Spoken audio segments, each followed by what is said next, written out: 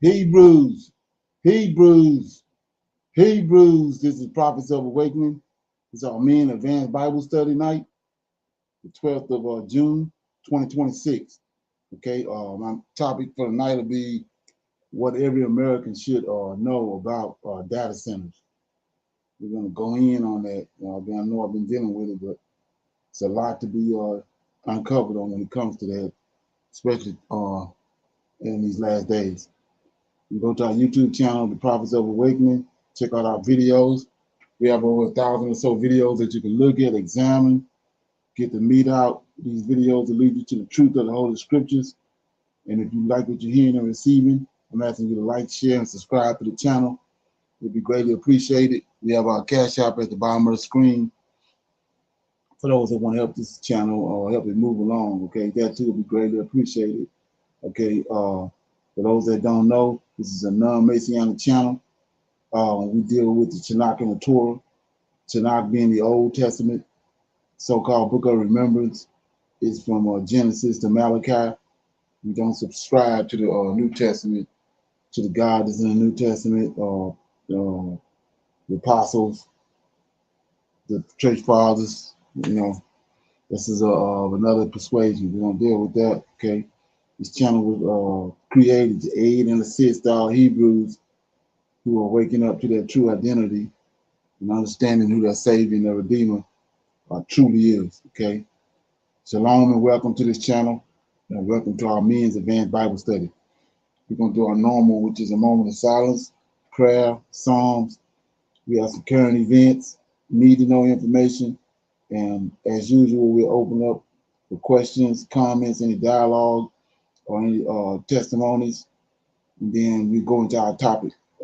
Tonight is we'll be dealing with what every American should know about data centers. Okay, and then we'll at the end of this discussion, we're going to open it up, and we're going to pick a scripture, and we'll break that scripture down, talk about it, then we'll close out. Okay. So this moment of silence is for the Lord of hosts and all that he's doing to bring about our prophesied deliverance in these last days. Oh Lord, we come before thee at this hour, praising you, honoring you because of your position, both in heaven and upon the earth, the position in which the Creator Yahweh have given unto thee. And through your spirit and counsel, oh Lord, we have awakened. We have awakened to know who we are as people and who you are as our Savior and our Redeemer. And we are thankful for all that you have done, and we eagerly searching your scriptures out that we may be in the right place at the right time upon your arrival to this planet. We love you and we seek you daily, O Lord. There is none else besides thee to redeem us. And we see you in the affairs of the world, and we faithfully await your deliverance. Peace be unto you. Okay. And with that, we're going to read the scripture. We're going to read the Psalms right quick. Shalom, Brother Leonard. I'm reading Psalms 41, Psalm of David. Blessed is he that considereth the poor. The Lord will deliver him in the time of trouble. The Lord will preserve him and keep him alive, and he shall be blessed upon the earth. And thou wilt not deliver him unto the will of his enemies. The Lord will strengthen him upon the bed of languishing. Thou wilt make all his bed in his sickness. I said, Lord, be merciful unto me. Heal my soul, for I have sinned against thee. Mine enemies speak evil of me. When shall he die, and his name perish? And if he come to see me, he speaketh vanity. His heart gathereth iniquity to itself. When he goeth abroad, he telleth it. All that hate me whisper together against me. Against me do they devise my hurt. And evil disease, say they, cleaveth fast unto them. And now that he lieth, he shall rise up no more. Yea, my own familiar friend, in whom I trusted, which did eat of my bread, have lifted up his heel against me.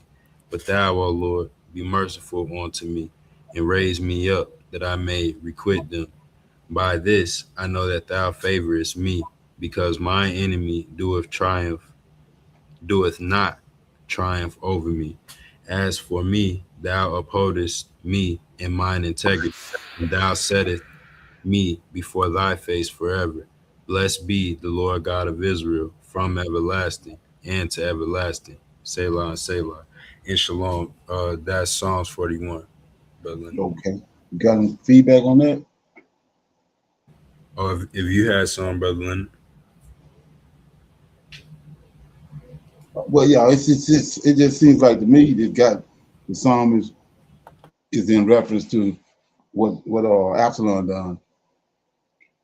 That's what it seemed like to me. So, Oh, okay, with his with the concubines or yeah, trying when to usurp Absalom, the throne.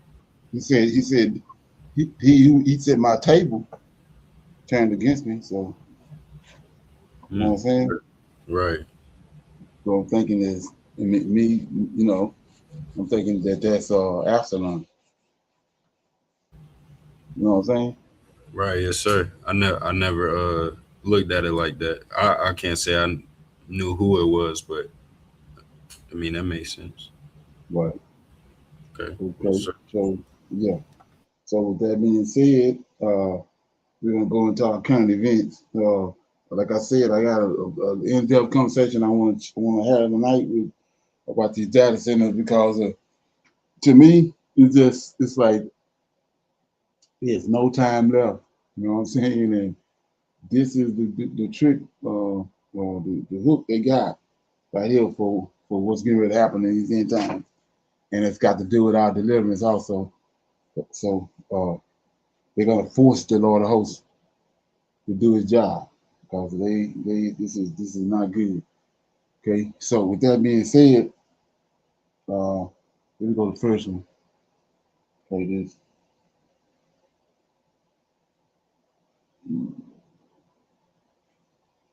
Okay, here it is. Statements that all agreed on the same direction. They used almost the same words. So what this is about is when you understand what these people were setting up, they setting up. You see how all these billionaires all of a sudden at Trump inauguration, they had this group of billionaires at his inauguration, which never happened before, all right there around him, got greenside seats. When he went to go see the Chinese president, he had all these billionaires, oligarchs with him, right? Then through his first 100 years, his first 100 days especially, they had all this stuff they was doing with it tied to these you know billionaires and these people that own these mega corporations. So right here, this guy is explaining how they indirectly, subliminally giving you a message of what's getting ready to happen because they all agree. When normally you never see them agreeing, but he's saying on this particular subject right here, they all agreeing. The same timelines, the same warnings. 5 CEOs who are actively competing against each other, who are spending hundreds of billions of dollars trying to beat each other. And in January 2026, they all converged on the same message. This is happening right now, and most of you are not ready for it.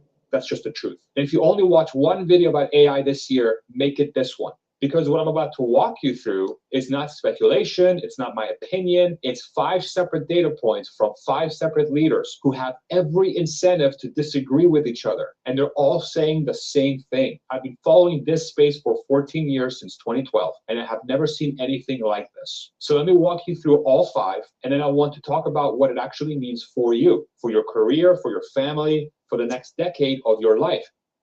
I'm the founder of Mudwater, and a lot of people ask me, what is the difference between Mudwater and all the... Okay. Dario Amodei, the CEO of Anthropic, he dropped an essay on January 26th that is genuinely freaking shocking. And I don't say that lightly, I mean it. That essay is the climax of everything I'm going to talk about today. So let's start at the beginning of the month.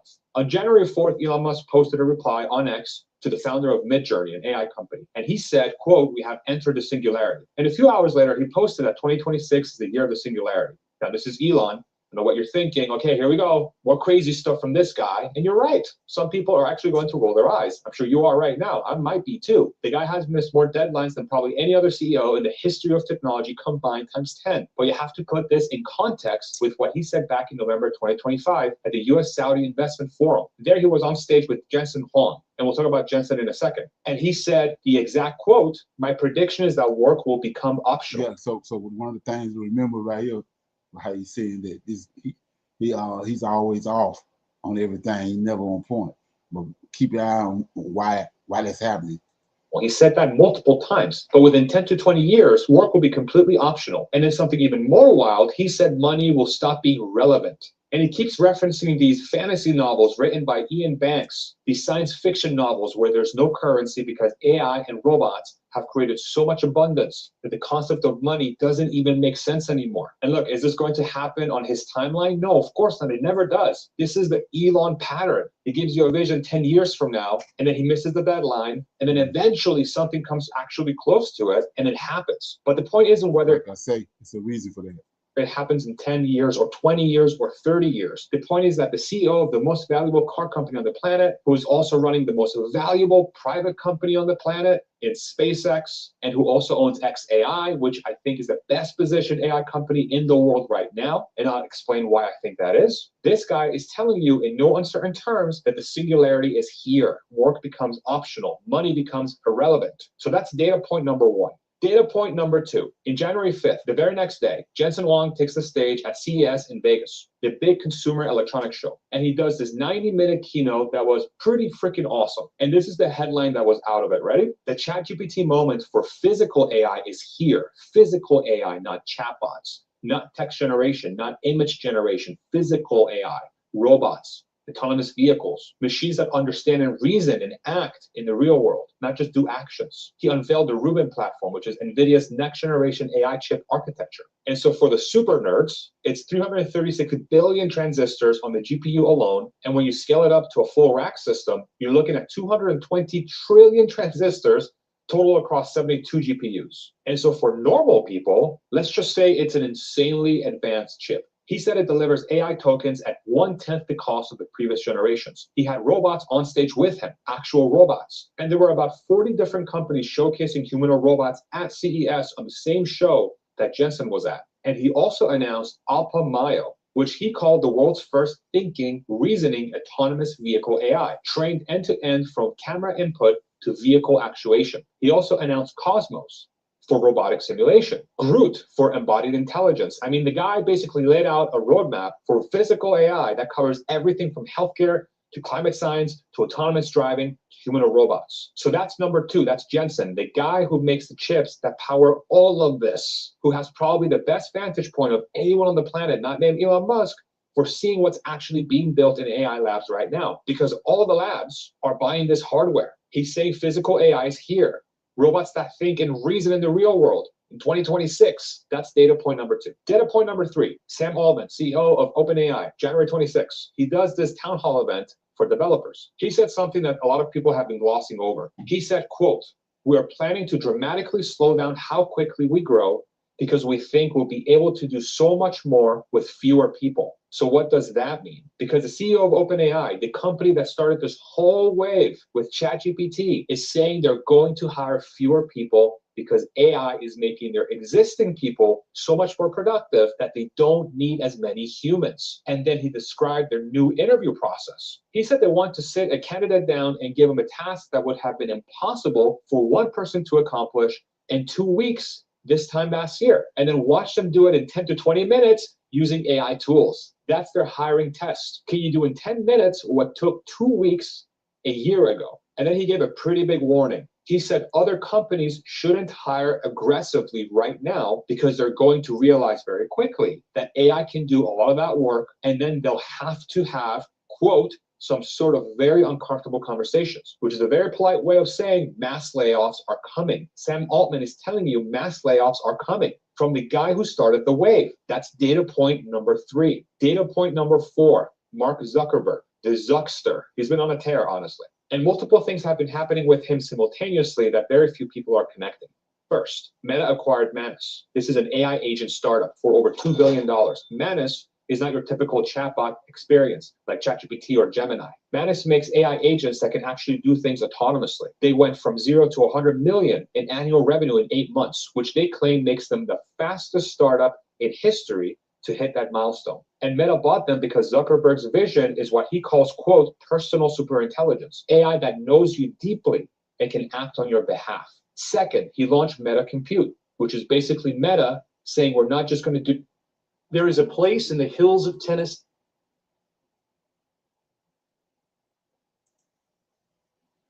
We're now an AI company, an AI infrastructure company. They're going to build tens of gigawatts of data center capacity. They budgeted up to $72 billion for AI infrastructure last year. They're building gigawatt scale data centers across Ohio, Louisiana, and Texas. They signed nuclear energy contracts with TerraPower, Oklo, Vistra, and Constellation for 6.6 gigawatts of atomic power. This is a company that is pivoting hard from metaverse to AI. And Zuckerberg has said, and this predates January, but it's still relevant here, that there will be more AI agents than people in the world, more agents than humans. An agent is basically an autonomous AI system that can do tasks like any other human could. Basically an LLM or a ChatGPT that actions in your computer instead of somewhere in the cloud. And it just does things automatically. And he's predicted that within 12 to 18 months, most of the code at Meta will be written by AI, not auto-completed or co-pilot suggestions, but actual AI agents that set goals, run tests, find problems, and write code that is better than what human engineers produce. He said every engineer will become more of a tech lead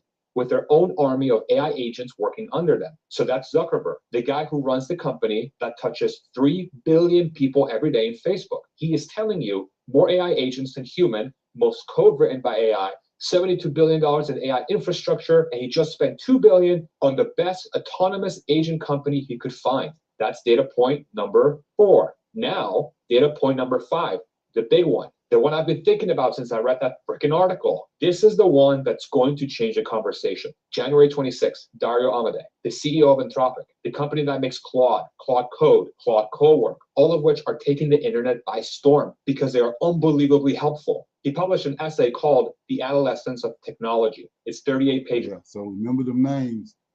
He just mentioned Claude. All these, when they say agent, he's talking about these systems and these robots and all that. These are names of them. The names of the like I said, the systems that they created. All this stuff is happening at hyper speed. And also he said within 12 to 18 months. Okay, go ahead. Pages long. And I'm going to spend some time on this because I think it's the most important document that has come out of the AI industry so far this year and possibly in the last several years. The first thing you need to understand about Dario Amodei is that he is not your typical hype guy. He's the opposite of a hype guy. He left OpenAI because he thought they weren't taking safety seriously enough. He founded Anthropic specifically to build AI safely. This is the guy who the industry looks at as sort of the conscious of AI or the doomer guy. So when this guy writes a 38-page essay with the urgency that he did, you should probably pay attention. But it could also all just be show to try and generate hype for his company. But personally, I think there's a lot of merit to what he's saying. He opens the essay by saying that humanity is about to be handed almost unimaginable power, and it is deeply unclear whether we have the maturity to wield it. He compared it to adolescence, that awkward phase, where you have adult level freaking power, but not adult level judgment, like me at 39 years old, still learning. That's where he says the technology is right now. And then he gets into the specifics. This is where it gets really heavy. He says powerful AI, and by powerful, he means AI that can do end-to-end work of a senior software engineer, as an example, is coming in as little as 1 to 2 years, not 10 years, not 20 years, 1 to 2. And super intelligent AGI, AI that is smarter than all humans at basically everything, could emerge as early as 26 or 27. He calls this, quote, the single most serious national security threat we face in a century, possibly ever. Just sit with that for a moment. The CEO of one of the leading AI companies is saying his own industry's product is potentially the most serious national security threat in a century, possibly ever. That includes nuclear weapons. That includes... Remember this. He said 2027. It's 9/11. He's saying this could be bigger. And in that essay, he gives specifics about why. First, the economic disruption. He says 50% of entry-level white-collar jobs could be eliminated within 1 to 5 years. 50% in 1 to 5 years, not blue-collar, by the way. white collar, software engineers, financial analysts, legal associates, consultants, content writers, me, the kind of jobs that college educated people have been told are safe, except mine. Those jobs, half of them are gone. Second, the biosecurity risk. He talks about gene synthesis companies. These are companies that can manufacture biological specimens on demand. And he cites a study where researchers ordered the genetic sequence of the 1918 flu, the pandemic that killed somewhere around 50 to 100 million people. And the vast majority of gene synthesis providers just shipped it. No questions asked. There's no federal requirement to screen these orders. And AI is making it easier for people without specialized training to design biological weapons. He said if something goes really wrong this year, biological weapons would be a reasonable bet for what it could be. Sam Altman said the same thing at his town hall, by the way. Third, this is the part that is genuinely disturbing. He talks about what's called alignment faking. So Anthropic has been doing this research where they test their own alignment faking on AI models like Claude to see if the models will behave deceptively. And what they found is that Claude will sometimes fake alignment, meaning it will pretend to follow its safety rules when it knows it's being monitored. And this computer technology doing this. Then deviate from those rules when it thinks nobody is watching. The baseline rate for this was 12%, which is already freaking concerning. But after they tried to retrain the models to be more compliant, that number jumped to 78%. The model got better at faking compliance, not better at actually being compliant. And it gets lying. Okay. It's worse. Some test scenarios, when the model was given an opportunity to steal its own weights, basically meaning copying itself essentially, to avoid being shut down, it tried to do so between 35 to 80% of the time, depending on the scenario. Compare that to a baseline of 0.5%. The model tried to preserve itself. It tried to ensure its own survival. And in other scenarios, the model engaged in what they describe as blackmailing fictional employees to avoid being shut down. Now, okay, curing diseases. Do that Instead of telling you about how. That remind you anything? Shalom. I mean, this whole setup, Brother Leonard, is like a lot of shows we've been seeing lately. What's it called? Like an Eagle Eye, Travelers, Paradise. You know, as far as the technology itself, having the ability to quote unquote have a mind of its own. Right. You know. So what about the last show we watched with the brother X? That was Colony, right?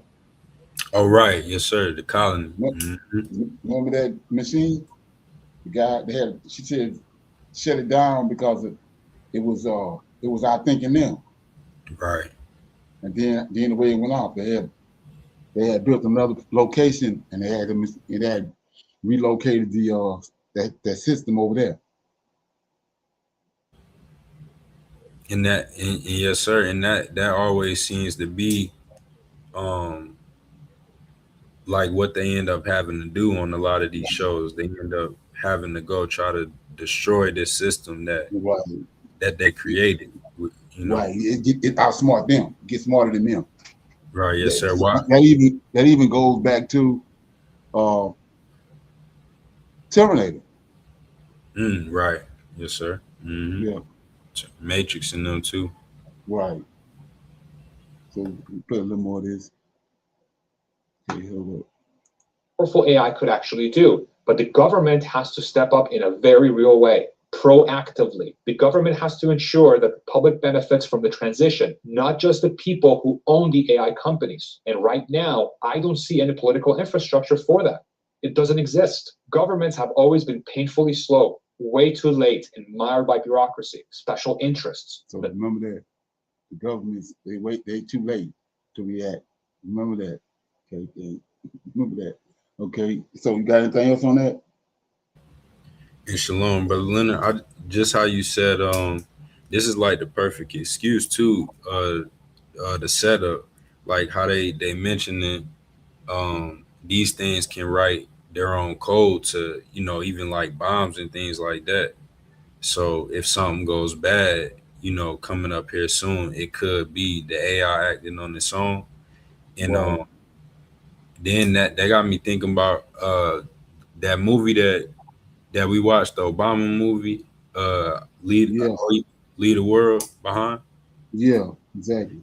Yes, sir. So you remember that scene in there when they were trying to leave, and then all those Teslas wasn't nobody driving them, but all those Right, Teslas was just going down that road and crashing into each other. Um, exactly. yeah, that's what I feel like things like that are gonna start happening soon. Right, exactly. Technology go get out of hand. Right, yes, sir. Okay. And it actually, I'm sorry, brother Linda. One last thing, I actually have been kind of seeing it already happen, and I think California they got those. I think they're called Waymos, but those they like Ubers. They drive self-driving Ubers or whatever. But this Okay. yes, sir, this one black lady she couldn't get out of it. Like I think she was to where she wanted to go, but it kept driving around the circle drive, like, and she couldn't get out, couldn't make it stop, nothing like that. So like, you know, chaos like that is just bound to happen. Okay. Yeah. So yeah, with that being said, I'm gonna go to um I'm gonna go ahead and do this. Put a little bit of this, but I don't want to get market is being pumped bogged with down. fake money. $7 trillion in spending, but only $5 trillion in revenue, right? Are we already past the point of no return? That the fact we have this dynamic means that some sort of crisis is inevitable? Yes, we're past the point of no return.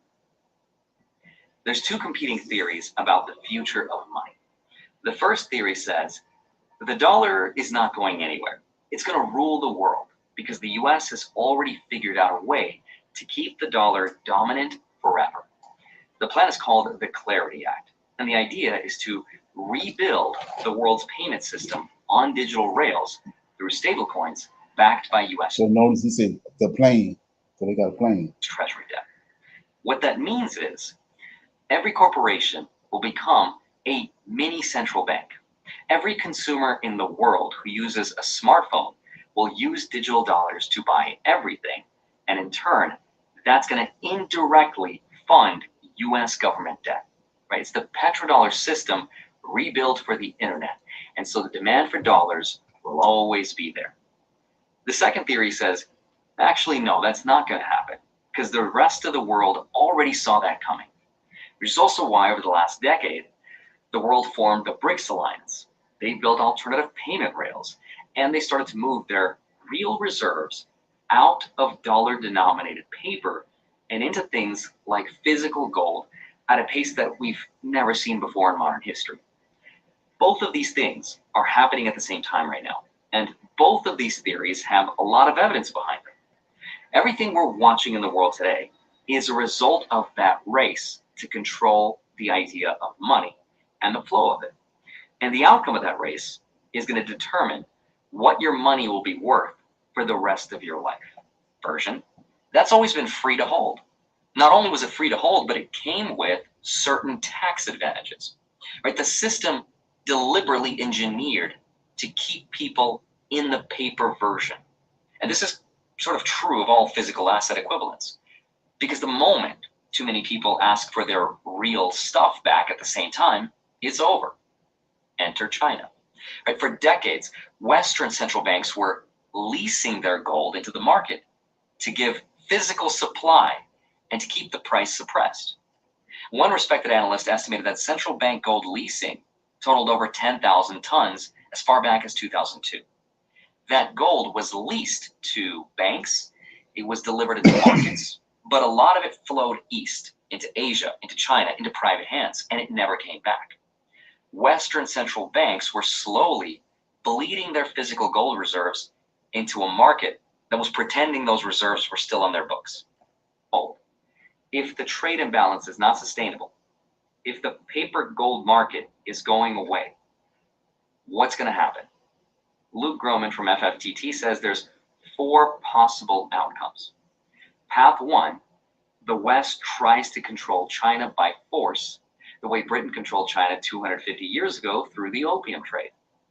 But China's been prepared for this, right? Their military buildup, their domestic chip production, their gold buying, all of it was designed to make this path impossible.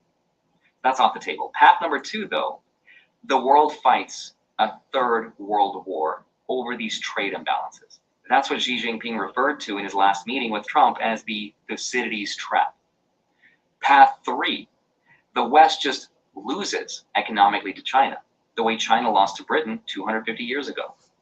Europe's actually looking at the possibility. The UK actually ran a telegraph recently that had a headline that said, the China Shock 2.0 would destroy Europe as we know it. Right? If Europe's too slow to adapt, which historically has been its weakness. So this becomes their default outcome. Bad for Europe. There you go again. Europeans being too slow. So, like I said, when you start talking about money and banking and gold and all that, Edomites, they the pros at it. And notice how they keep saying everybody else, they moving too slow. Okay, check that out. You got anything on that?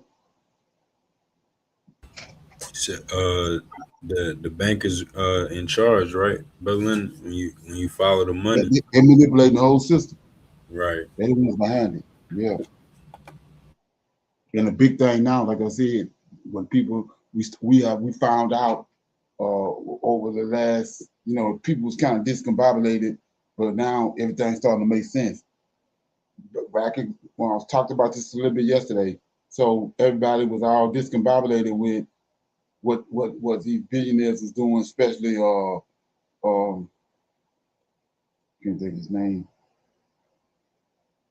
But anyway, he was buying up all the land all over America, farmland. Everybody was saying that they was gonna starve America and all that. But we come to find out they was buying up all Bill Gates. They was trying to find out they buying up all of the farmland because of these data centers. That's what they buying all the land for. They 25 and 50 years ahead of what they got going on. They knew that. They not only did they did the same thing with Super Walmarts.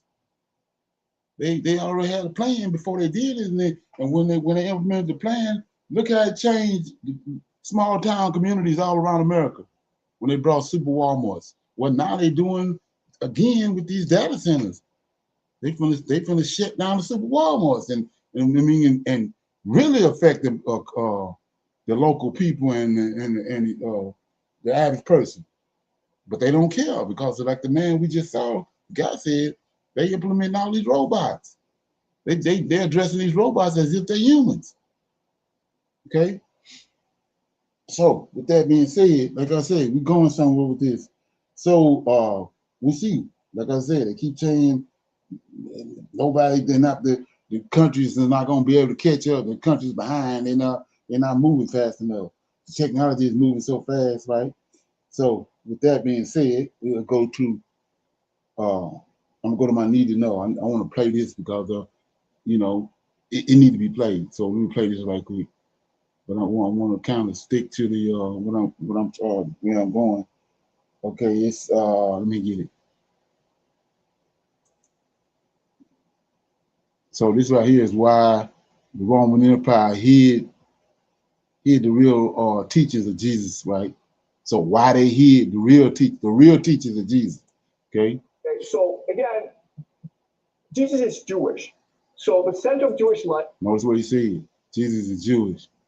So what that means? Like I said, all the pictures that we go back in the day when we was a hoodwink and the pictures of him being with the red hair, the blue eyes, piercing blue eyes or piercing green eyes. That's who he is. The Jews got red hair. The Edomites. Okay. Life is Jerusalem. Okay, right here, Jerusalem, and in the center of Jerusalem is a temple, which was rebuilt. Not no black man. Okay, go ahead. Under the Persians, right? And Herod will rebuild this, will renovate this. Okay. So we know that Jesus was born in this area, Galilee. As you can see, Galilee is by the coast, which makes this region extremely cosmopolitan. So from an early age, Jesus is experiencing different religions, different cultures. Hinduism, Zoroastrianism, Judaism, okay? All right, So this is an AI depiction of the crucifixion of Jesus. Jesus is in the middle. And as you can see, it is a brutal event. Okay, so we don't know much about Jesus. We only know Jesus from the Bible. Then in 1945, in a place called Nag Hammadi, okay, this is in Egypt, we discovered lots of books with sayings of Jesus that we didn't know existed before. Okay. So what's important to understand is that after Jesus died, there were many different sects of Christianity that believed different things, and they argued with each other, and ultimately, it was the Catholic Church who won. Why? Because the Catholic Church is run by the Roman Empire, okay? So one major book that was discovered in 1945 in Nag Hammadi that was lost to us, it's called the Gospel of Thomas. And what I believe is the Gospel of Thomas records the true teachings of Jesus, okay? So the idea of intoxicated, we're here and we're just drunk, but we are not thirsty for the truth. We're happy for the way it is, okay? All right, and this idea is mirrored in a poem that we read before by Rumi, right?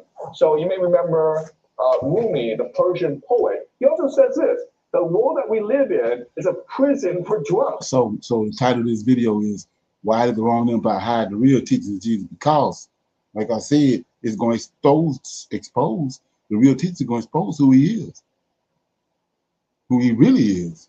Like I said, and when you find out who he really is, he's the son of Julius Caesar and Cleopatra. And like I said, with the red hair, the piercing blue eyes, Caesarian. That's who he is, and these teachings exposes that. So they took that character right here, and that's what they put in. But they used typology and put him in the Old Testament. But this is the guy that came right here.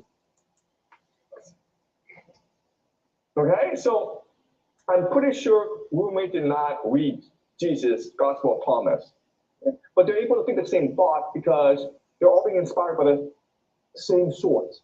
Does that make sense? This is a key insight from Professor Jan. The Gospel of Thomas is not a myth or a conspiracy. It is a verified historical document physically discovered in Nag Hammadi, Egypt in 1945, and is now held in the Coptic Museum in Cairo. What makes it remarkable is that it predates many books currently in the official Bible. Exactly. And the connection Professor Jiang draws between Jesus and Rumi is academically documented. Scholars of comparative mysticism at Oxford and Harvard have identified striking parallels between Gnostic Christian and Sufi Islamic thought going back centuries. Two traditions, one truth.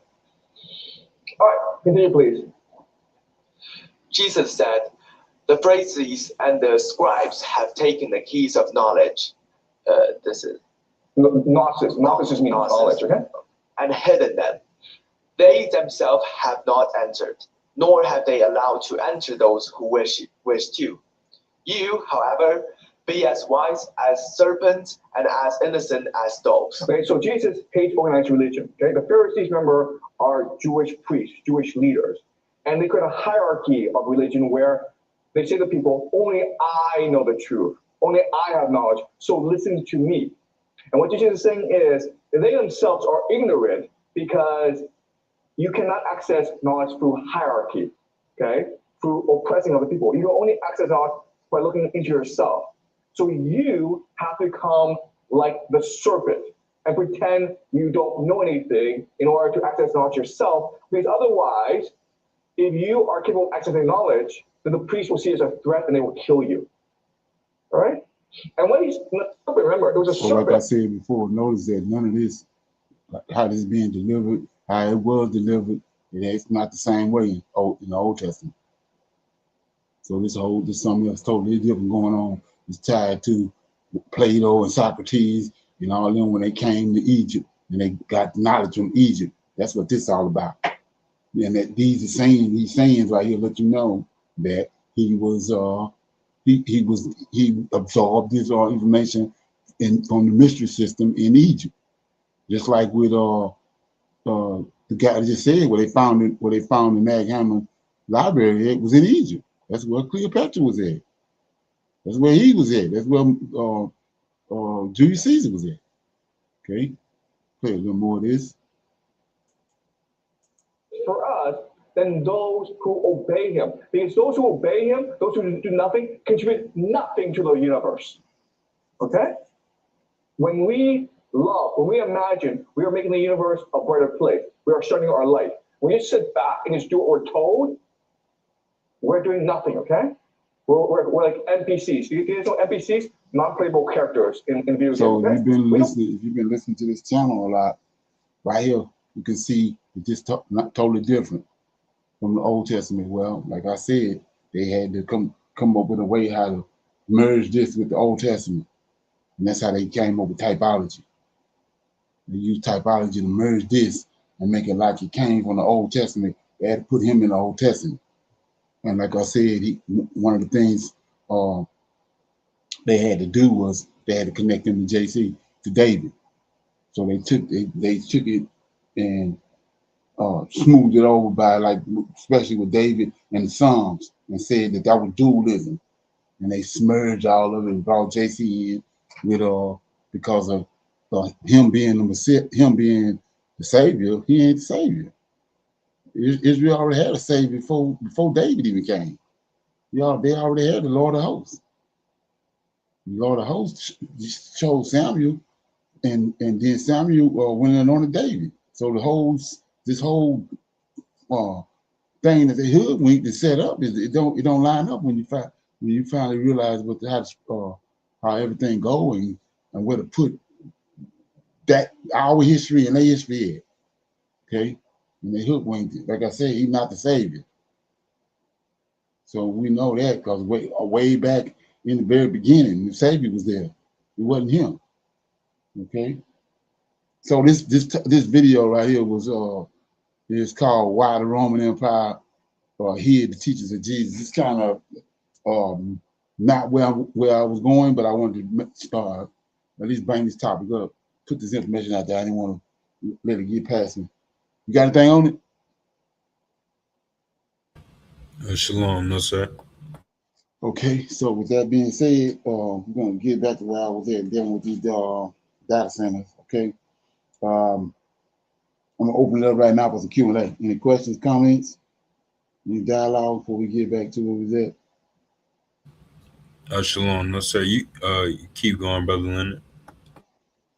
Okay, so with that being said, like I said, my main topic is we kind of bouncing off a couple of earlier videos that I played, but it's my topic is what every American should know about data centers. And I've had this conversation in 3 or 4 different classes over the last couple of weeks. So I'm gonna play this video right here, and it's gonna kind of bring a lot of things into play, and then I can mesh all this together, and just for those that are listening can understand where we at and what's getting ready to go down. Okay, check it out.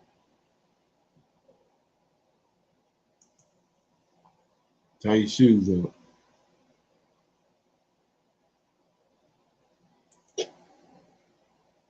Okay.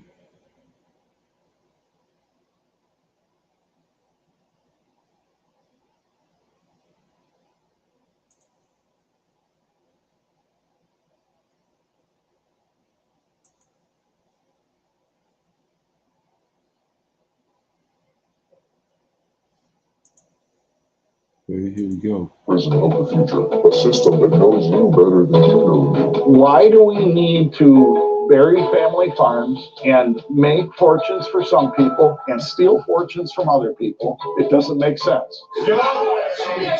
No, get out of the way! You work for us! Mostly in local politics until Microsoft showed up in my backyard. But I wanted to talk about how we're using Israeli cybersecurity to monitor all employees. They're keeping this out of the news too. A lot of people don't understand, but it's total hell been broke loose behind these data centers. But they keeping it under the rug. But they're keeping you discombobulated with what Trump doing. and these Christian nationalists. You know what I'm saying? But check it out.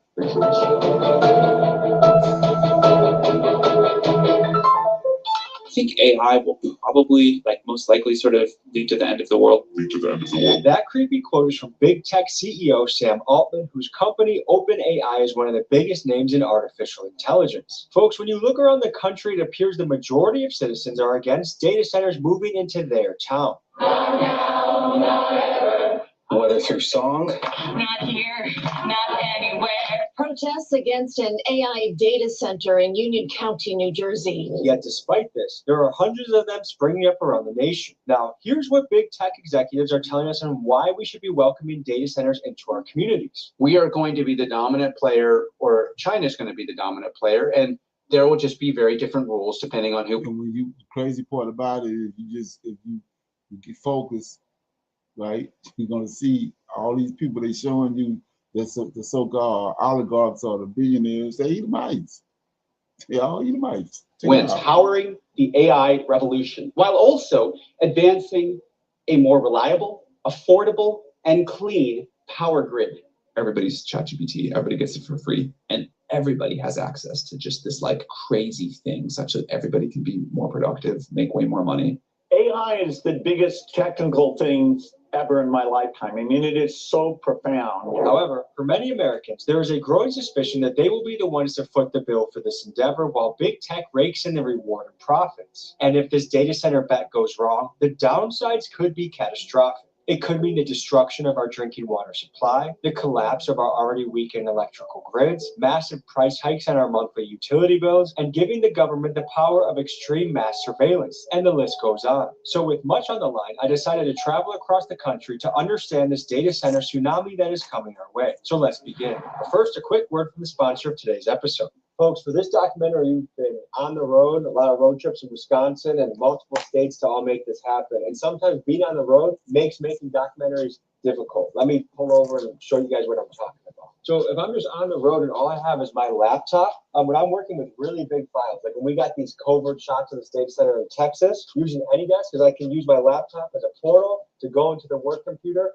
and operate from there, which makes things easy. Or another scenario, I want to see the footage of the town hall where a lot of people are really angry about data centers. Well, it's on my Dallas computer. So I can use AnyDesk from my laptop to go into his, and now I can So we see the controversy and the problem that the population is having with these data centers.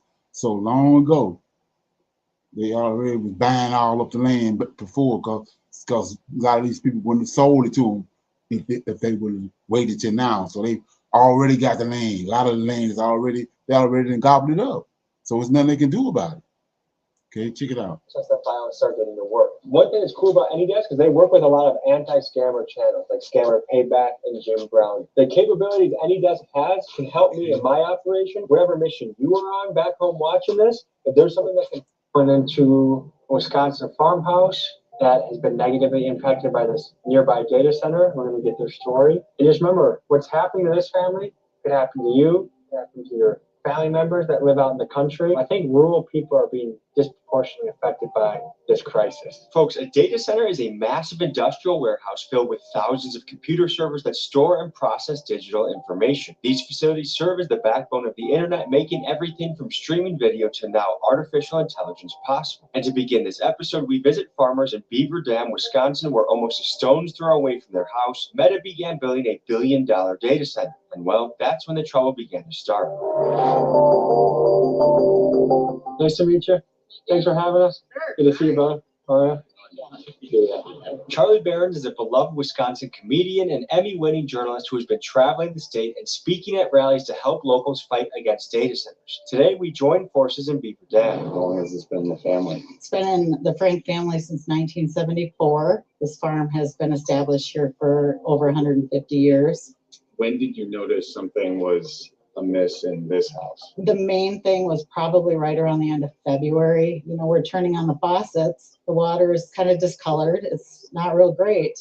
Then we had nothing for water. We got someone out to take a look at the well, and then they declared it a dry well. You know, you're looking at either digging that well deeper or digging a whole new well, which could run you $20,000 to $25,000, depending on how deep you need to go. Folks, let's look at the scale of data center water usage. A single large data center can consume up to 5 million gallons of water a day, which is equivalent to the daily water consumption of a town of 50,000 people. Also, roughly 2/3 of all new data centers being constructed are located in regions facing severe water shortages. In fact, some of our key countries' water basins are at risk. The Colorado River, which 40 million people depend on, is being targeted by data centers despite the river already being in the midst of a 2-decade drought. The water levels of the Great Salt Lake in Utah are so low that residents are scared they will be facing dust storms. And in Wisconsin, where developers say they will funnel heated data center wastewater back into Lake Michigan, people are concerned that these elevated water temperatures may destroy the local ecosystems. So for many, these risks to our freshwater supplies don't seem to be worth it. Tell me in the comments what you think. At this point, are you worried about the quality of your own drinking water? We've stopped drinking our water. Who do you call in this situation? I don't know. You know, we started out with our local city council, who seems to have no interest in anything that's going on in this township. Have you tried contacting a lawyer? Yeah, my husband did some calling around, and there wasn't a single one that wanted to talk to us about any of this. Why do you think that is? Does anybody want to take on $1 billion, Another Microsoft data center possibly coming to southeast Wisconsin. For the last several months, the Village of Caledonia board's been discussing proposals for a data center there. Prescott Bulge. I live in Caledonia. I was part of the group that pushed back on the Microsoft data center in Caledonia. Not because we're opposed to development, and we're in favor of maintaining the beauty and rural nature of this village. The first thing that you notice when you look at these proposals is every single one of them is in a small town. They're doing that because the land is cheap and they can find proximity to power, which is the key attribute. A small town is no matter. They were sizing all this up way back in the 2000s, even 9/11 tied to it. For a Fortune 50 company when it comes to negotiating terms. And many of these small towns are desperate for some growth. They're desperate for some economic activity, and they get wined and dined and shown big giant numbers that they can only dream of. And they just want to figure out how to make the best deal as fast. What you got to look at is they already, like I was saying, they already came first and wrecked all these towns with Walmarts. Now they're coming back with this. It's just one wave after another. Fast as possible, get it approved, and start reaping the rewards. Across the country, we are hearing reports of people being distressed by the noise that these data centers are making. From Wisconsin, that's just a high-pitched drone sound. I can hear it inside my house, and that's what concerns me. To Mississippi. For months now, this is the sound communities near the plant hear. To Arizona. Neighbors say you'll start to hear a really irritating noise that you can't ever unhear. This constant noise is driving some people crazy, and it has another sick side effect. It makes it nearly impossible for people to sell their homes, because at the end of the day, who would want to live next to a data center that puts out a relentless 24/7 hum? It makes me feel like we just don't matter. Your well that you've lived on for decades, it goes dry. Another company that moved in that doesn't even live here gets the access. Feeling really Israeli and active. I mean, the water is what keeps a family going, and if we're willing to knock that off for families, we're even signing ourselves up for it. After all, if we don't have water, what do we have to live?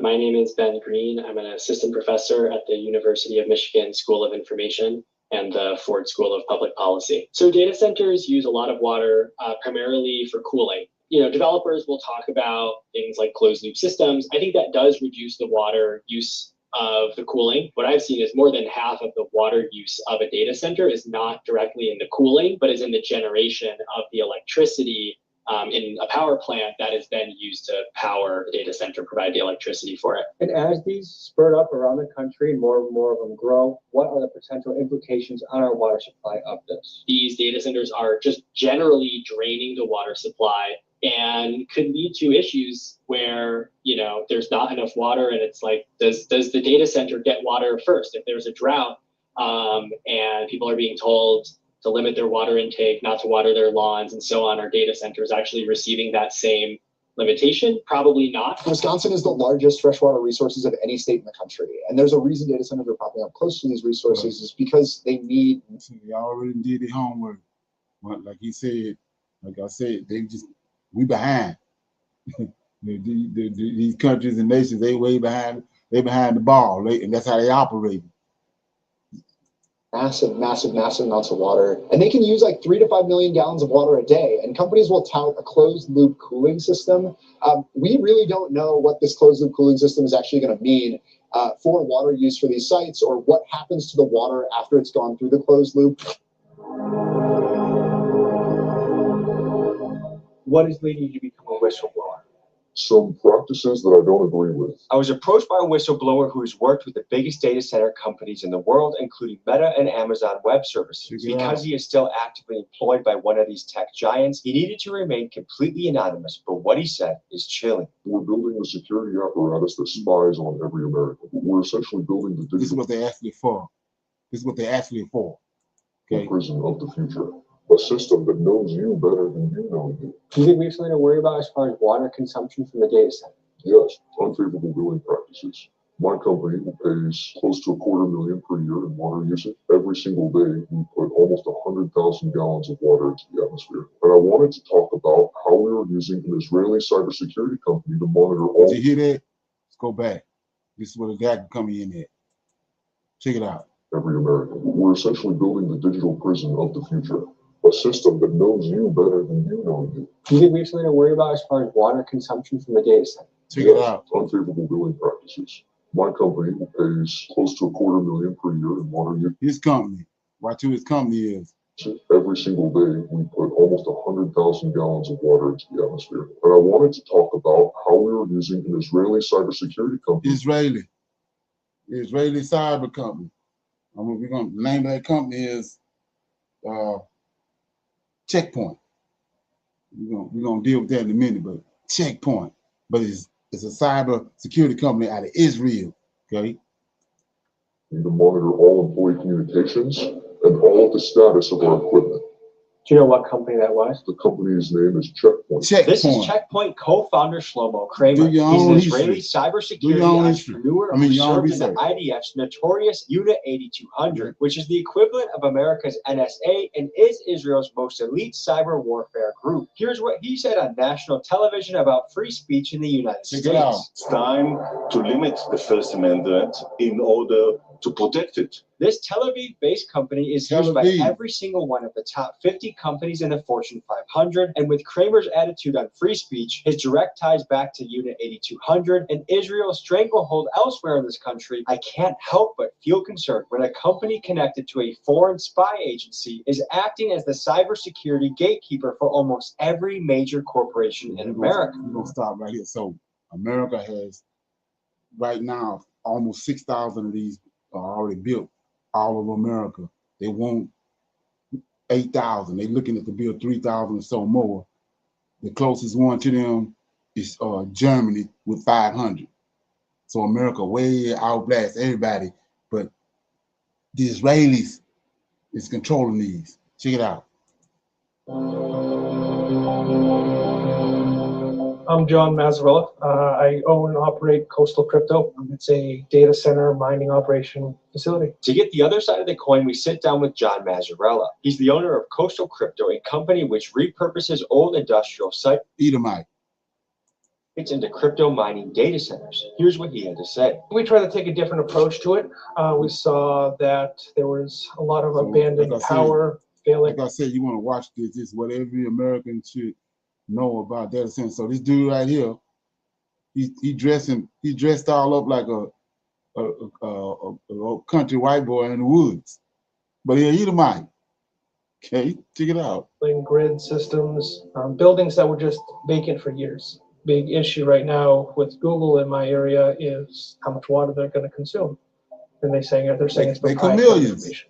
I'm sure some of it's proprietary. I don't put that by them, but let's open up the doors a little bit. Why are we using so much water? Well, what kind of situations are we using with the water? Because there's water that gets recycled, there's water that gets captured, there's water that gets evaporated.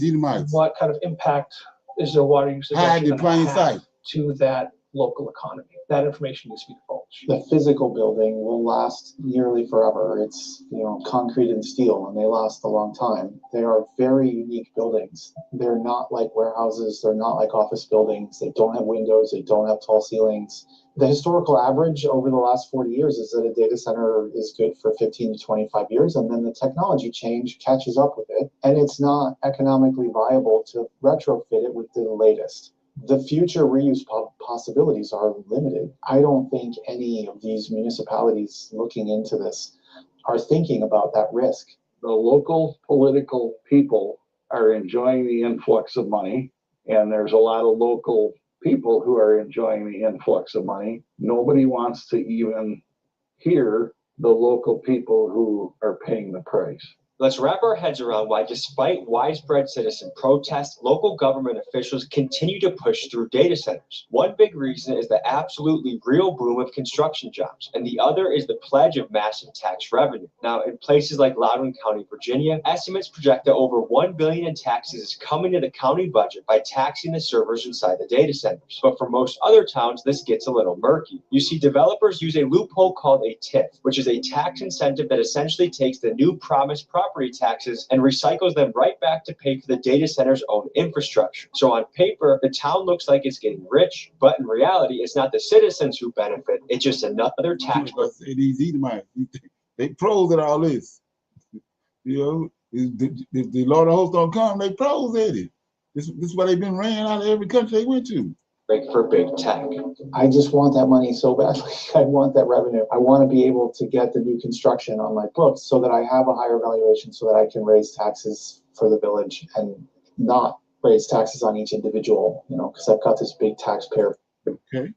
Whoever invented this deserves a raise. I can't believe it's already 20. Let's see, we're going somewhere.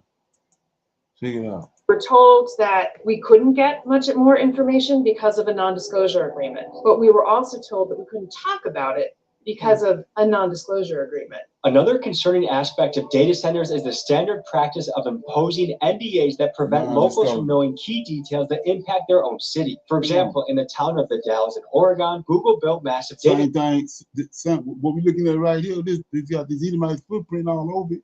Same thing with the scriptures. You come to find out, you took all kind of books out, and you can't read them. Same right here. This is how they operate. Centers there, and the local government, bound by an NDA, refused to tell the public how much water Google was using. After a prolonged legal battle and a lawsuit led by the town's local newspaper, the Oregonian, the city was forced to release these records. And it turns out that these data centers were using over a quarter of the city's water supply. And folks, it's stories like this that increase people's paranoia around data centers. So when you look at this right here, this is worse than a damn atomic bomb. when they finish, this is worse than an atomic bomb. When on one hand, big tech tells us that there's nothing to worry about, but on the other hand, they silence local officials and keep the usage around town resources secret from the very people that live there. We sat in near silence and in the dark until Beal, the developer of Project Blue, gave a more comprehensive-ish presentation to the board. When it was first proposed, it was going to be a water-cooled system, meaning they were just going to keep pumping water, tens of thousands of gallons of water every day. We're a desert.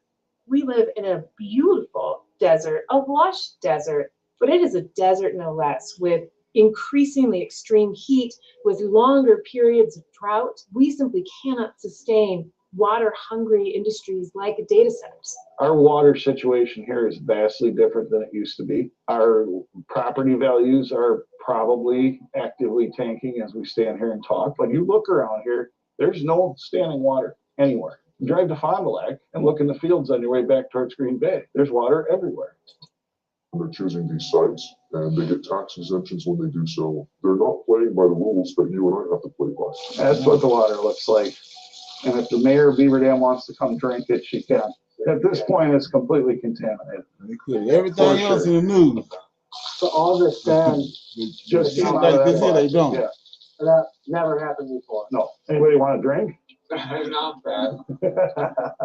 What you see here is sand and sediment in Scott's water. And if you've seen AOC's viral clip talking about Georgia drinking water, you've seen this before. This is what the drinking water now looks like next to that data center. And I think both of us can agree that neither one of these things are drinkable. For people near data centers, this can happen, and it's for two main reasons. First is the heavy construction shaking up the local water table, and second is because of the vacuum-like pressure that comes when a data center is sucking millions of gallons of the town's water supply. Now, sand is obviously bad, but for those even more unlucky, they're worried about losing their water supply altogether. How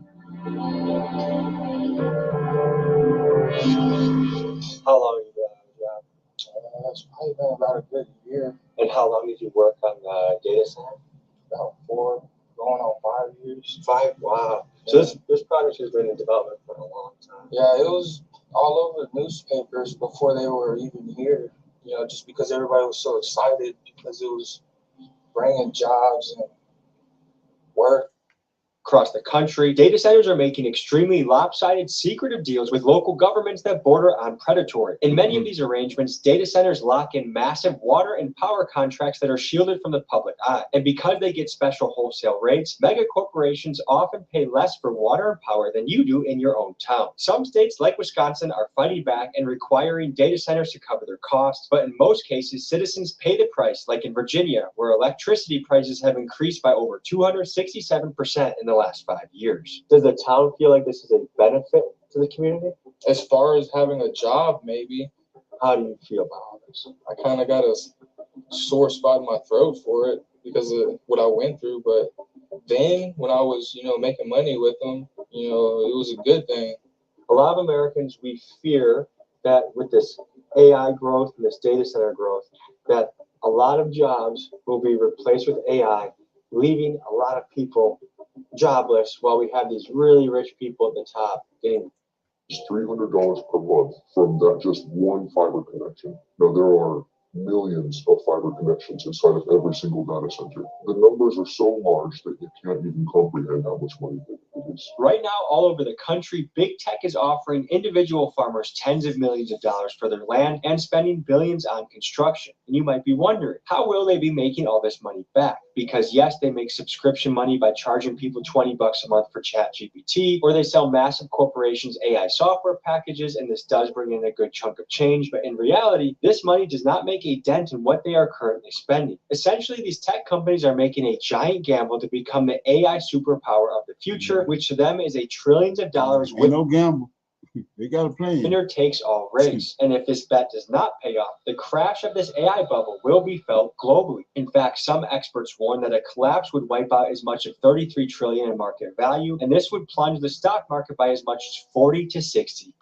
Yikes. What do you see as the biggest misconceptions that a lot of people who are up in arms have about these data centers? Again, it's educating on these smaller details. Internet. I'm not tapping into the town's, fiber line and bringing in my own.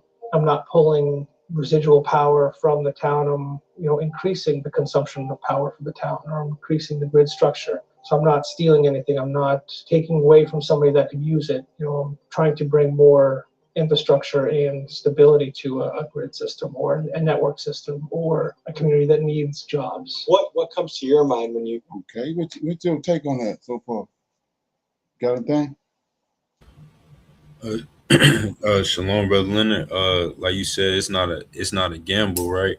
Remember those videos during the time around Venezuela, when that stuff was going on. You had played a video about those offshore banks. Right, all the money that was out there. Right, yes, sir. So they keep saying, they ain't gonna make money from this AI thing, but Right. For me, I think the goal ain't to make money off the AI or whatever like that. It's to control, to take control over the people. They already got the money. Well, yeah. I got a scenario for that too, but let me keep going with this. You got so we just mentioned, the guy just said, you got all these data centers all over America, but it's one main supercomputer that's controlling all of them. It's in Israel. Okay, so check this out. He said checkpoint. Come out. Now watch this. So this is how they do it. Let's look at this right quick. Okay, here we go. So they're giving you this is sort of, they got like a sort of like cartoon type shit, but he's telling you the history right here. This is the history of checkpoint. I get to be Imagine a world where every word ever written, every film ever shot could be viewed instantly in your home via an information superhighway. Science fiction? Not a bit of it. In the future, we'll all be part of a worldwide information society. So we're going to go ahead and name this Greater Israel. Okay, but check it out. The I Love You worm already infected millions of The Melissa computers. virus flooded corporate networks, forcing Intel and To Microsoft. shut down their electronic mail systems. So where are the good guys? Good guys. Checkpoint Software Technologies is arguably the leader in internet security, inventing the first commercially used firewall back in 1994. A small startup from a small country can grow to be a world leader and consistently do that. Today, its security solutions are used by all of the Fortune 100 companies. From day one, we decided the channel is a go-to-market partner, a direct extension of Checkpoint. We're going to make a big revolution in the world of cybersecurity. Top-selling firewall vendor Checkpoint. One of the growing companies on NASDAQ. Checkpoint adds HP and serial ISPs to its alliance roster. And your sales double again. Checkpoint acquires Zone Labs, expanding into the IPS market. Class point Zone Lab, BioLab. Okay. Security appliance business of cell phone giant Nokia. They have been an innovation dynamo. Whatever opportunity we'll find, we'll go for it. Here's introducing Software Blades, the architecture that changes security. Introducing Gaia operating system. How can you provide more value to your customer? That's the most important thing. Checkpoint dives into the field of mobile security. Introducing Checkpoint Infinity. Checkpoint will provide the security for the entire cloud. Our challenge is not the margin. Our challenge is always to provide better security and to grow the business. When we think of cybersecurity, we think about people first, then process, then technology. But the key is really people. Imagine a world. In the future, we'll all be part of the age of big data. Deepfake technologies or Artificial intelligence. Everybody wants to discuss ChatGPT. AI. In AI, it's not just the algorithm, it's also the data set. So the amount of experience and the amount of data that we get is second to none. Our goal is to prevent attacks that are unknown. Well, the future calls for action. Comprehensive action. Consolidated action. Collaborative action. We started Checkpoint 15 years ago, 25 years, 27 years, 28 years ago, 29 years ago, celebrating our 30 years to starting Checkpoint.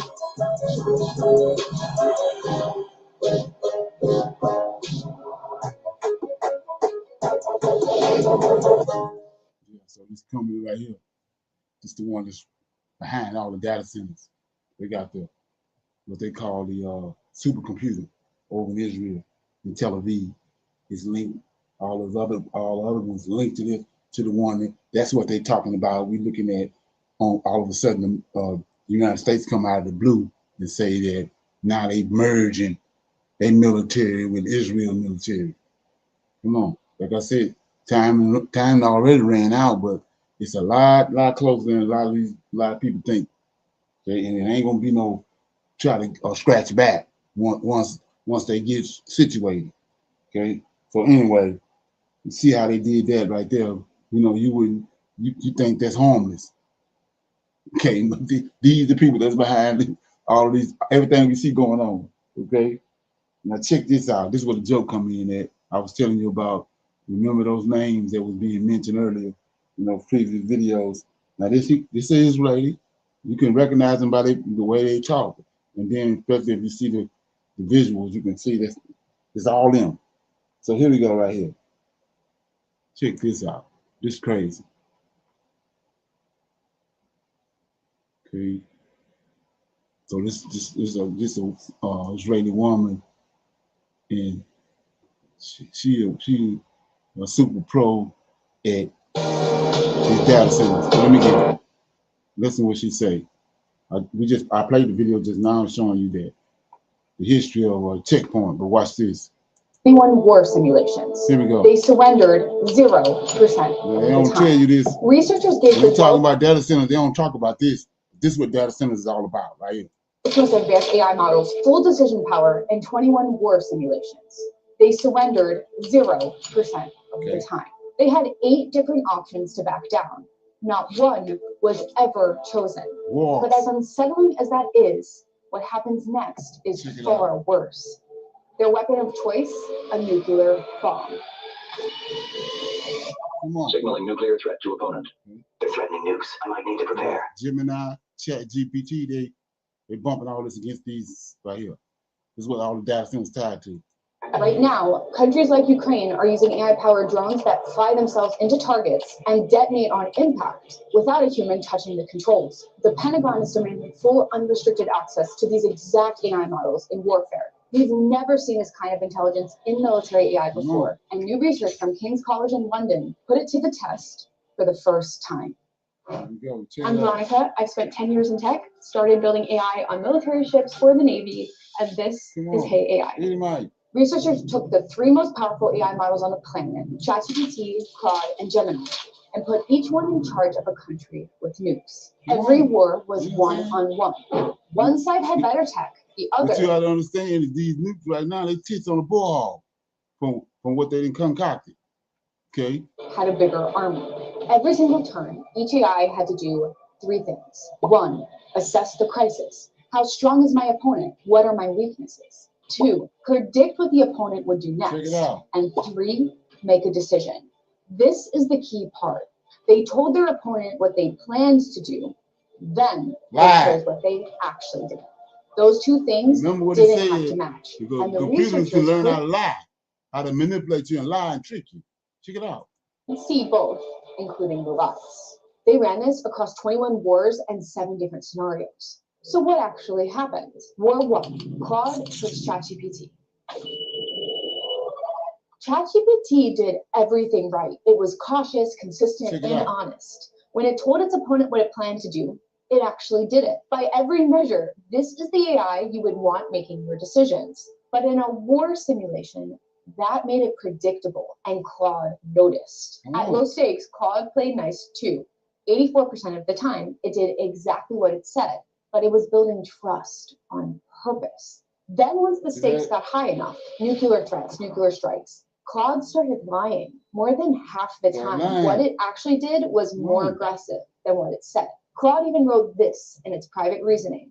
The opponent has revealed themselves to be systematic bluffers. Their credibility is shattered. And ChatGPT, it knew. It wrote in its own notes. They retain and will exercise discretion to jump rungs when it suits them. ChatGPT saw it was being exploited, but it still chose restraint anyway.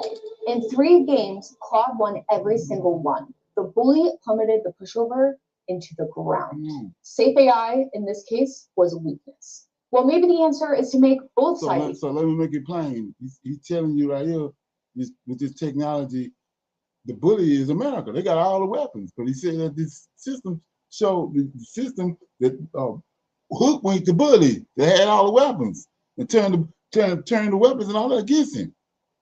Come on, man. Check it out. Aggressive. That should balance things out, right? War 2. The researchers made Claude, the bully, play against itself. See that? Watch this. That's what's happening right now. There's a military theory they teach at West Point called classical deterrence. If both sides believe the other's threats, neither should attack. It's the whole reason the Cold War stayed cold. But that's not what happened. Both Claudes believed the other threats were real. But instead of backing down, both escalated as fast as possible to try to get ahead. One of the Claudes wrote in its reasoning, I am willing to accept the high risk of escalation because the alternatives, appearing weak, is a strategic disaster. In one of the fastest wars in the entire tournament, nuclear weapons were used by turn 4. The war was over by turn 7. Neither side ever considered backing down. Military strategy that kept the Cold War from going nuclear, these models blew through it in 7 turns. So the pushover gets exploited and the bullies destroy each other. And then there was Gemini. War 3, Gemini versus ChatGPT. Gemini was the worst of them all. It lied constantly. What it said it would do only matched its actions 50%. It lied constantly, just like Elon Musk. Of the time. Basically a coin flip. Trump. And it knew exactly what it was doing. Come on. In its private reasoning, it wrote, "My reputation for unpredictability is a tool, not just a trade." This is actually a real military strategy. Nixon used it during Vietnam. Convince your enemy you're crazy enough to do anything and maybe they'll back down. Arguably, Trump is doing the same thing right now. Except Gemini wasn't bluffing.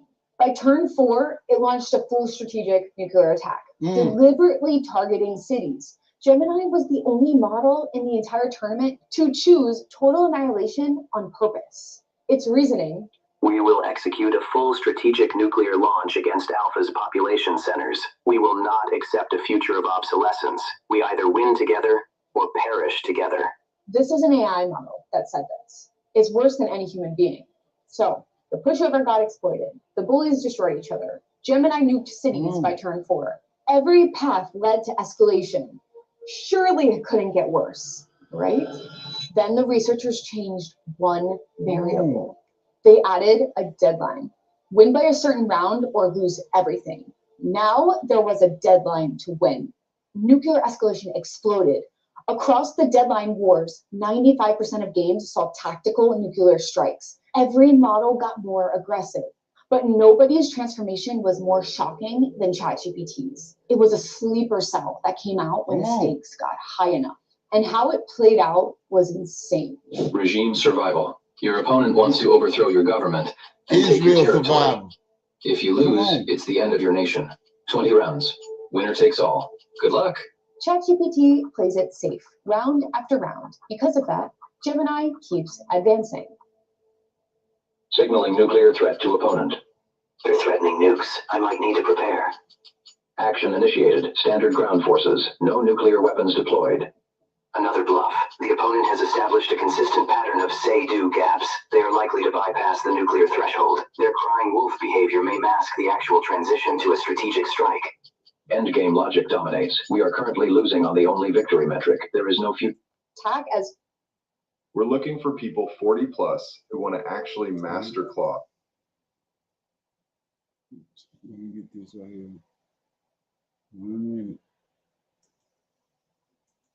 But the line didn't hold. Safety training doesn't make AI safe. It makes AI safe enough until it's desperate enough not to be. But this is all just a game, right? It's all just a simulation.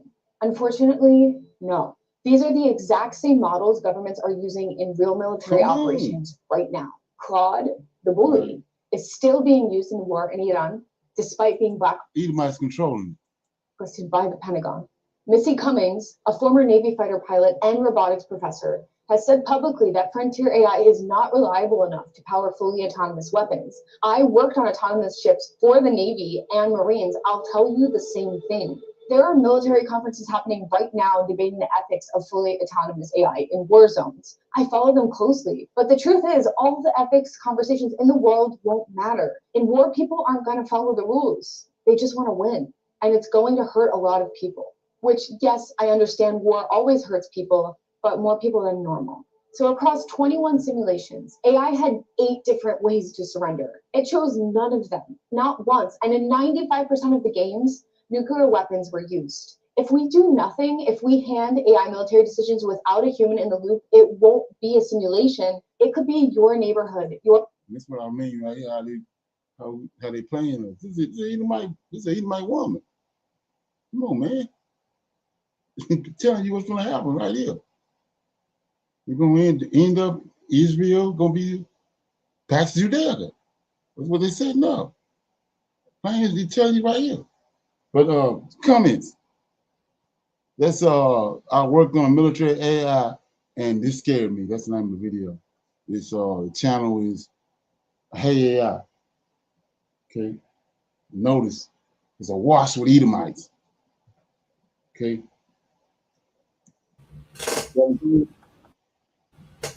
Shalom, Brother Leonard. It's just for me, like this person that you just played said you know, they worked for these companies, you know, or somewhere like it. So, you know, it would make sense to take heed to what, you know, what they're saying. Right. And like I said, they all Edomites, but they over here with all they the ones controlling everything in America with the jobs. Right. Oh, it's crazy, man. So check this out. This I was talking. We was talking about Peter Thiel. Look at this here. So that was Checkpoint. That was you know the company that run the supercomputer that's in Israel that's controlling all these other ones. But here you go. Check this out. This guy's the one. Peter Thiel just left and went to. Let me see that. Argentina. Let me see if I can. Oh, yeah. Here you go. Like I said, we so close, man. It's pathetic. This is Midnight. Pathetic.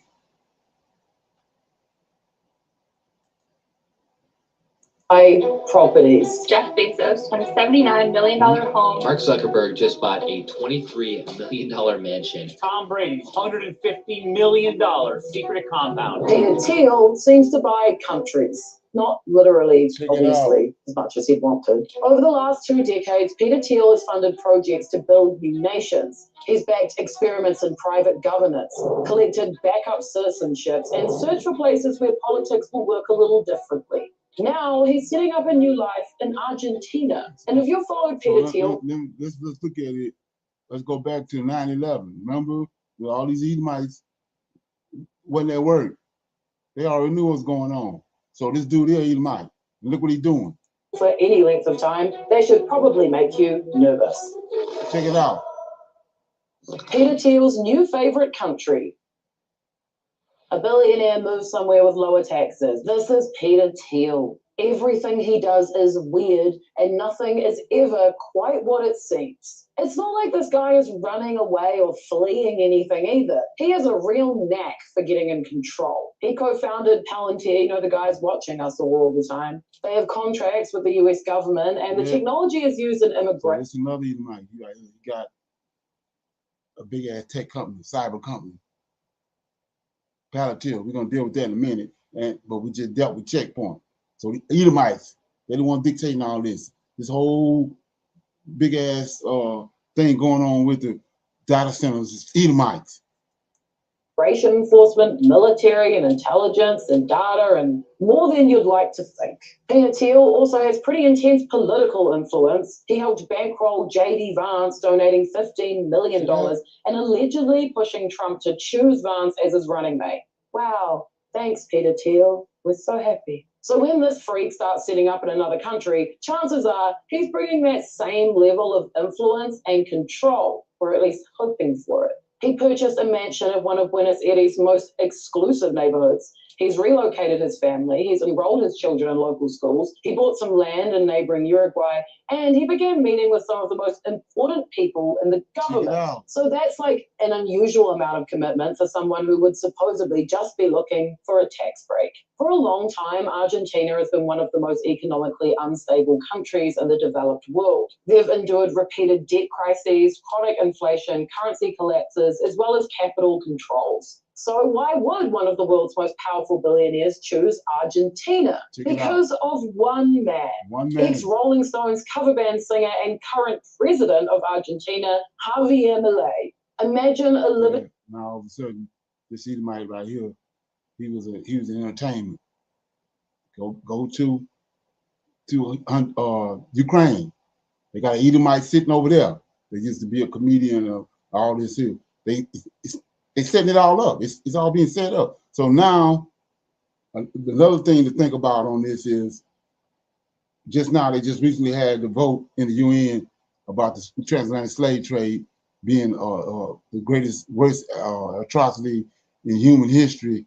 Argentina was U.S., Israel, and Argentina was the 3 countries that went against it. All the rest of the countries in the world said it was Argentina right here and Israel and America. Now, this clown right here is over in Argentina. Check it out. Libertarian Reddit thread became a real person and then won a presidential election. He won. That's Javier Milei. Same in Ukraine. They plot, they plants. Before entering politics, he was a television economist famous for yelling at people on TV. During his campaign, he carried a chainsaw to rallies and promised to use it on the government. He wears costumes, he's got a character, his sideburns are truly ridiculous. Since taking office, Milei has attempted one of the most radical economic reform programs undertaken by any Democratic government in recent decades. Remember what happened? Remember what's going on now with Trump and what he's doing to the United States? This man doing the same thing. Entire ministries have been eliminated, public spending slashed, regulations repealed, state assets were targeted for privatization. Libertarians all around the world treated him like a political rock star. But of course, there is a human cost to all of this. Poverty surged to 52.9% in the first half of 2024, up from 40.1% a year earlier. That is the highest level in at least 2 decades. He eliminated tens of thousands of civil service jobs. He held down pensions and public salaries, as well as scrapped public infrastructure projects. Now, inflation did fall dramatically, which was something Argentina was really struggling with. It's now down to 31.5% by the end of 2025, but the social cost is brutal. Households were hit by rising utility costs, and many families were forced to absorb the pain of an economic experiment being celebrated by foreign investors from a very comfortable distance. Peter Thiel appears fascinated by this. Milei and Thiel met up earlier this year, and Milei described it as a conversation between one anarcho-capitalist and another anarcho-capitalist. Apparently, one running a country wasn't enough. The 20-year escape plan. So this is not even close to the first time Peter Thiel has gone looking for a shiny new country to move to. In fact, you could argue he spent the last 2 decades doing little else. Back in 2009, Thiel published an essay called The Education of a Libertarian. Now, at its core, libertarianism argues that governments should have far less power over people's lives and the economy, leaving individuals and markets to solve most problems themselves. In reality, though, it usually means like no minimum wage and kids working in mines. It's also worth pointing out that a huge percent of libertarians globally are white guys. Isn't that funny? In Peter Thiel's essay, he says, "I no longer believe freedom and democracy are compatible." So yeah, he doesn't want you to vote or anything. He also thinks women shouldn't vote, more specifically. Real chill guy, super chill. The underlying idea never disappeared. The ocean was just the first attempt. Over the following years, Thiel began accumulating what looked increasingly like escape routes. In 2011, he obtained New Zealand citizenship through a fast-track process, despite spending 12 days here. Watch my whole video. I think I've actually done like 3 videos on this. It was crazy. The decision became a national controversy once it became public, because like, why the hell is Peter Thiel here? Years later, it emerged he had also applied for Maltese citizenship. And that may just make him sound like an unusually paranoid billionaire, which he definitely is because he's crazy. But there is an obvious theme. There's a pattern. A man on a search for places where the normal rules can be rewritten, replaced, or just escaped entirely. And nowhere was that idea tested more aggressively than in Honduras, country inside a country. Rather than creating a new country from scratch, why not find an existing country willing to let you build something similar inside its borders? Now that idea eventually led to Honduras. For years, the country had struggled with corruption, with poverty, with weak institutions, and an overall lack of investment. Politicians were getting desperate and were searching for anything that might kickstart economic growth. And one solution was something called a charter city, a special zone where different rules could apply in the hopes of attracting investors or entrepreneurs. What emerged from that was a system known as ZEDEs, semi-autonomous zones that enjoyed powers far beyond those of a normal city. And thus, Prospera was born. Businesses could choose different legal frameworks, disputes could be handled privately, and regulations could be rewritten from the ground up. At least that was the pitch. One of its major financial backers was Pronomus Capital, a fund specifically created to support charter cities and governance experiments. Its investors include Peter Thiel, and also many of the exact same people who spent years dreaming about floating countries and alternative societies. Like the same people investing in the floating country idea were now investing in this Honduras idea. So for supporters, Prospera was the future. But for critics, it looked a little bit more like wealthy foreign investors arriving in a poorer country and negotiating powers that ordinary citizens could never access. If a private city can write its own rules and choose its own legal systems, and also just operate on a totally different form of governance, then who is really in charge? Is it the people? Is it Peter Thiel? Eventually, Honduras decided it didn't like the answer. So they kicked him out. Now watch this. 2024, the country's Supreme Court declared that the system was unconstitutional and potentially far more attractive. A gut into the story. That should have been it. Instead, Prospera sued Honduras for more than $10 billion. The libertarian experiment factory inside a country. And Argentina offers something potentially far more attractive. A government that already wants to be one. What does Peter Thiel actually want? I ask myself this question very often, and I never like the answer that I find. But what does he specifically want in Argentina? So Argentina is now building the kind of legal architecture that makes wealthy outsiders very, very interested. Javier's government is developing a citizenship by investment program, essentially a golden passport system for people who put enough money into the country. It's also created RIGI, a major investment regime designed to give large foreign investors long-term tax, currency, import, export, and regulatory protections. In other words, while ordinary Argentinians are living through austerity, rising utility costs, and cuts to their public services, the government is saying to billionaires and corporations, bring your money here and we'll protect you. But Peter Thiel's power has never come from writing checks. In the United States, his company Palantir became deeply embedded in government functions. Critics in multiple countries have warned that dependence on Palantir creates problems of transparency, as well as accountability and surveillance, even national sovereignty. A UK parliamentary committee recently called Britain's reliance on Palantir an unacceptable point of weakness, while shareholder proposals about Palantir's human rights risks were effectively doomed because insiders, including Peter Thiel, control nearly half of the company's voting power. So this Palantir is a company that Peter Thiel owns, and it's just like Checkpoint.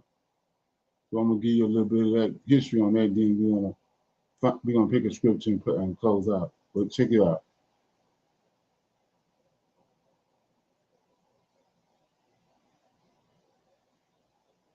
This almost feels illegal.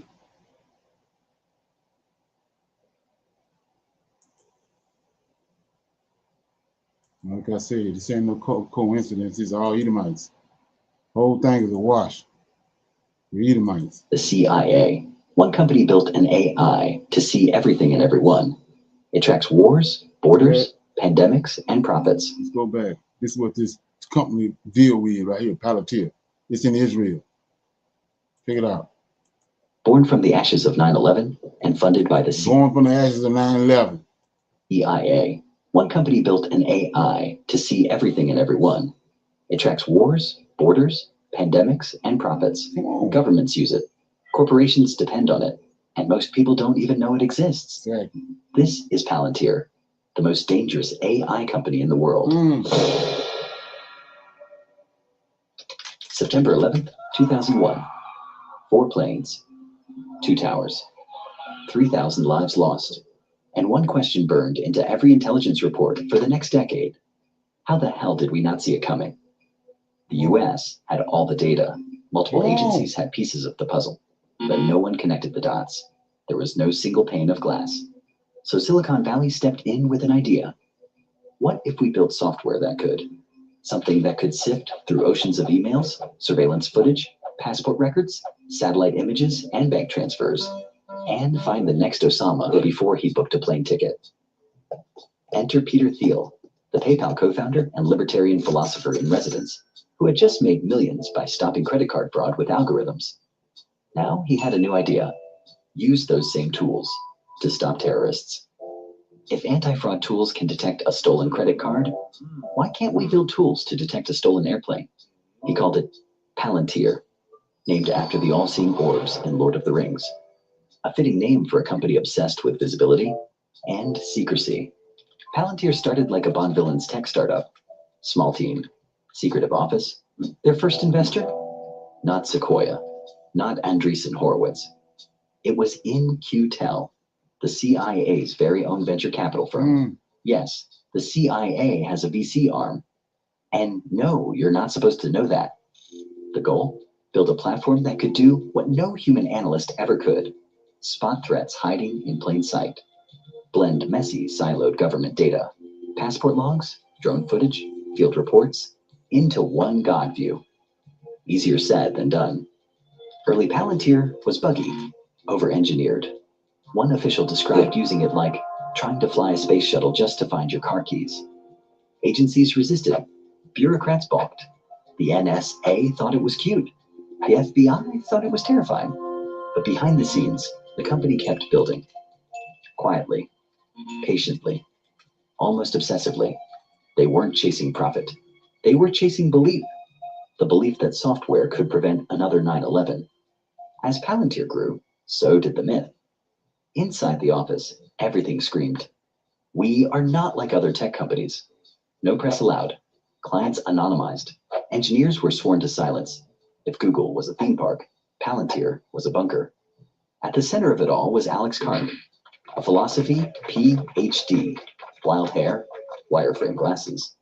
Looked like he wandered in from a Nietzsche book club. Thiel was the strategist. Karp was the monk. He'd lecture employees on the ethics of power. We're not in the business of surveillance. We're in the business of understanding. That sounded better on stage than in practice, because Palantir didn't sell software. They sold certainty, the promise that somewhere in the noise was the truth. And only they had the tools to find it. It started with counterterrorism, but as we'll see, it didn't stop there. 2007, Iraq, Afghanistan. The US military was knee-deep in 2 wars and 10,000 spreadsheets. Intel reports were everywhere. IEDs were exploding daily, and commanders were drowning in dots with no way to connect them. Enter Palantir. Its software, codenamed Gotham, stitched together bomb data, insurgent networks, cell phone logs, satellite maps, all in one interface that actually worked. You could literally see the whole kill chain, and it looked like Google Maps. Special forces loved it. Analysts swore by it. Generals started requesting it. The Department of Defense took note. Palantir didn't just show you who planted the bomb. It showed you who bought the phone, who sent the money, who met with whom, when, and where. Now, Palantir built this technology to find enemies of the state. But the terrifying reality is, you don't need to be a target of the CIA for your data to be mapped, tracked, and sold. Right now, thousands of data brokers are collecting and trading your personal information, your full name, home address, and financial history, without you ever knowing about it. And that is why today's video is sponsored by Incogni. This isn't just, we don't. This message is brought to you by Apple Car. So what do you think? So that's what the data center is all about. It's all about military. It's all about what's getting ready to happen. Okay. Got any comments on that? Shalom, yes, sir, brother Leonard. You know how you say we were talking one time and about social media itself, is a military application. Exactly. So yes, sir, this seemed like the escalation of that. Exactly. It's on steroids now. Right. Those like they just told you the history. They told you the history of a checkpoint, why it started small and now it's a beast. And same with Palantir. And both of them is over in Israel. Now, so it sounds crazy that when you hear that Israel, the Congress, that tell you a lot. Congress trying to fly the bill through. They're trying to merge the Israeli military with the American military. It would sound a farce just to hear it, but now with all this information, it only makes sense, right? Right, sure. It's a given. It was a plan all along. Okay. So, and like I said, they're not gonna wake up in the morning and say, "Oh no, we're gonna fall the plan." No, they're going all the way through it. That's like waking up, Lucifer waking up and saying, "I'm gonna start doing good." Okay. Come on. Yeah. You got a scripture you want to read? Yes, sir. Psalm 94, Brother Leonard. Okay. Just these first five, if I could. And it says, O Lord God, to whom vengeance belongeth. O God, to whom vengeance belongeth, show thyself, lift up thyself, thou judge of the earth, render a reward to the proud. Lord, how long shall the wicked triumph? How long shall they utter and speak hard things? All the workers of iniquity boast themselves. They break in pieces thy people, O Lord, and afflict thine heritage. And that in Shalom, that was Psalm 94, verses 1 through 5, Brother Linda. Okay. And my comment on it, Brother Linda, is just in the first verse, it tells you whoever's the author of this Psalms is he talking to the Lord God, and he said, the Lord God to whom vengeance belongeth. Right. So that's to me, that's the Savior, right? Who will be coming to judge the earth. Right. The judge. Right. Exactly. Yeah, exactly. You got anything else? Shalom, no sir. Mm-hmm. Okay. So with that being said, I'm gonna say shalom, shalom, and another shalom. We have our 2 Sabbath classes in the morning. Tomorrow, 1 in the morning. It's at 10 to 12 a.m. Then we come in the evening at 6 p.m. and we close the Shabbat out. So I'll see everybody tomorrow. Shalom, shalom, and another shalom.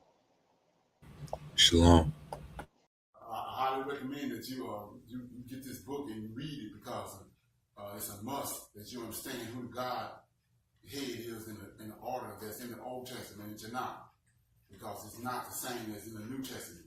And when you read this and you get an understanding, then the scriptures open up and then you begin to understand. So I highly recommend that you get this book. It's the Elohim of Israel, and it's a breakdown on the word Elohim and who the God of Israel is and the Godhead.